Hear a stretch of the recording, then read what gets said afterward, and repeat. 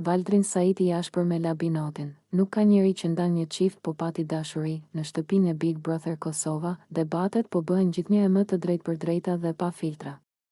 Një nga momentet më të forta ndodhi kur Valdrin Saiti u përball ashpër me Labinotin, duke ju kundërvënë hapur deklaratave dhe akuzave që ai kishte bërë ndaj Fjollës dhe marrëdhënieve brenda shtëpisë. Valdrini, me ton të prerë dhe pa asnjë hezitim, e vuri Labinotin përballë realitetit, duke i bërë të qartë se po e shtrembëronte të vërtetën. Nuk ka byth kush me nda një çift, ju drejtua ai drejt për drejt.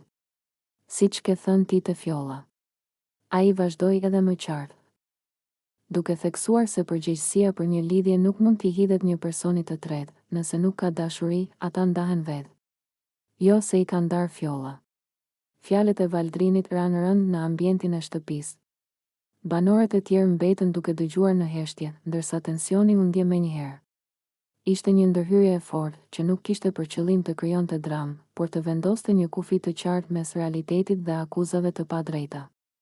Valdrini tregoi qartë se nuk pranonte narrativën e fajsimit të Fjollës për prishjen e marrëdhënieve të tjerëve. Për të, dashuria është vendimi i dy personave dhe fundi i saj nuk mund t'i vishet askujt tjetër. Ky qëndrim u pa nga shumë banorë si i drejtë dhe i guximshëm, sepse sfidoi drejt për drejt një nga linjat më të nxehta të debatit në shtëpi. Labinoti, përballë këtij reagimi të drejt për drejt, mbeti për disa çaste pa fjalë, ndërsa tensioni mes tyre u bë i dukshëm.